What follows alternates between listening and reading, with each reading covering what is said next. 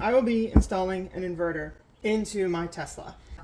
I have a cord that I'll run from the Tesla's 14-volt power supply to wherever I put my inverter. This cord on it, I've put a 100 amp fuse. Maybe 50 amp would be a little bit better, but I put it really close to where I'm going to attach it so that if anything should go wrong here, we just blow the fuse. That converter over there is fairly robust, so shorts on that will cause it to just shut down and restart later. So I don't think we have a whole lot to be concerned about. Very beefy because I may be running a lot of current through it. And I have, I think this is an XT90 connector on it. Over here I have an inverter and an inrush current limiter.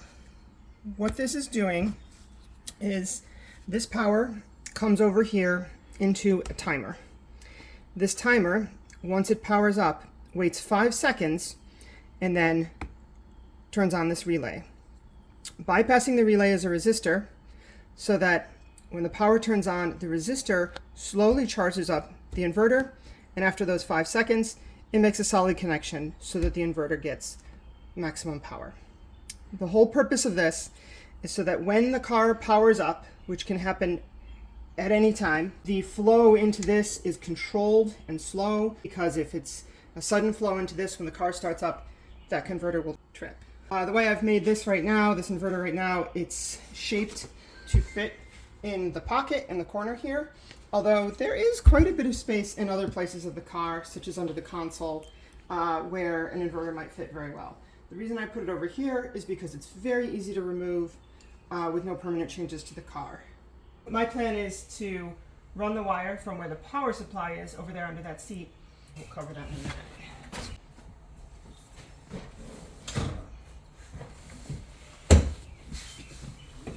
So this is my third row seat. If you don't have a third row seat, you'll do the same thing on your second row seat. And that is, you're going to reach under the seat right about here, and there's a tab that needs to be slid sideways in there.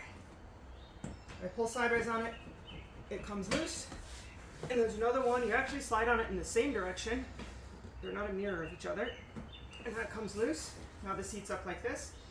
There's a couple connectors right under here that I can disconnect, and then the whole thing will slide out. I'm going to run the wire from where the power supply is there, under the seat, and then through this little opening here, which is pretty clear. And the wire will just come through here and just cross over right in here. So the power supply is right under here. Again, if you have 2 rows instead of 3, you're going to pull off your seat much like I did this one, and you'll see it under there. And but for the 3 row, here's how you do it. Pull this off.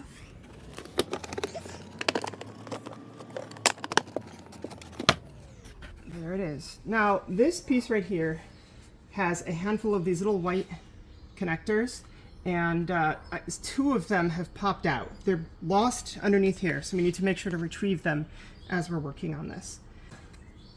All right, okay, so I've disconnected this cable, and now the rest of this little frame right here should come loose.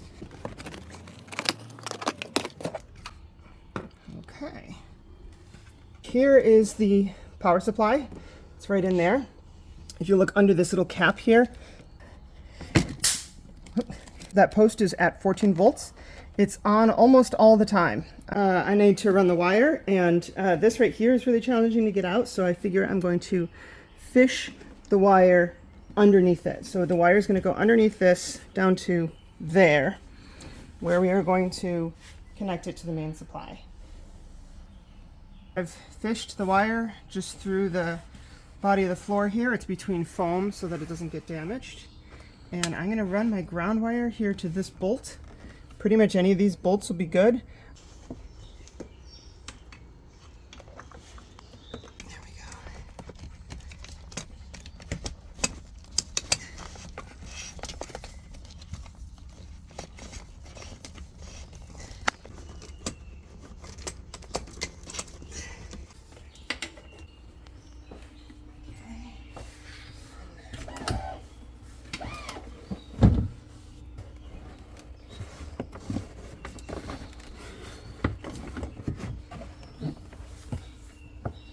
Just like that. Sweet.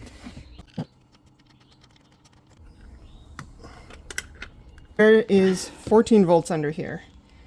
Either make sure that you are properly floating, not touching ground, not making contact with ground in any way, using an insulated tool or whatever you need to do before you touch this post.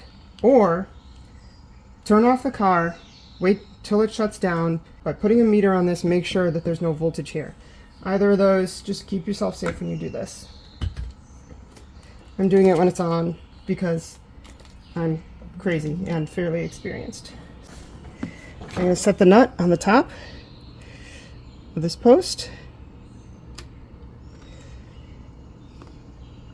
All right. Tighten that down a little bit. Got my insulated tool. I'll be very careful not to touch it to ground or anything other than the post. Okay. Then connect the fuse in there. Just like that.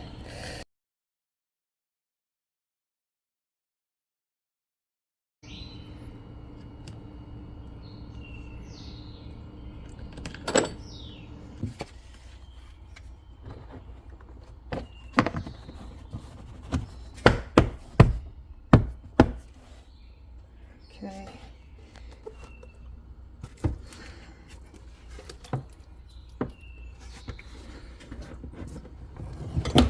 Connect it again, we should hear the click.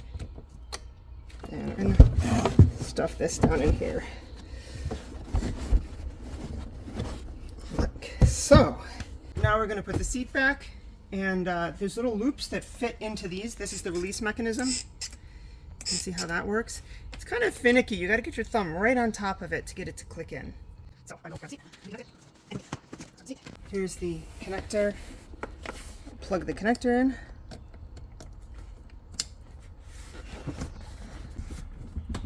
Oh, there we go.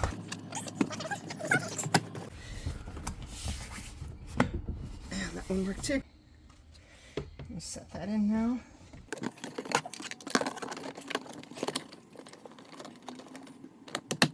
There we go. Now we can plug the seat back in and put the floor back on.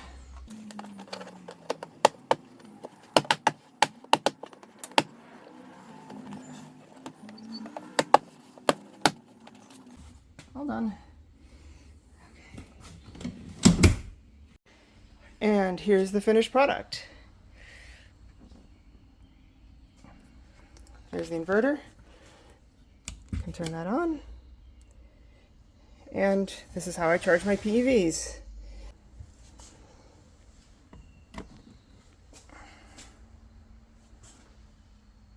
I wouldn't go above about 500 or 600 watts from the car.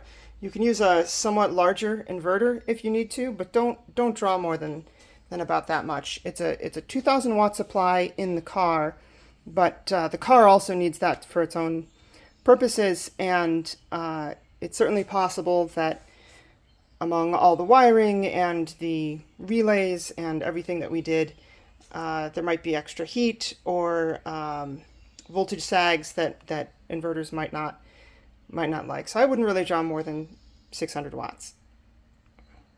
And there it is. Final product. Very tidy.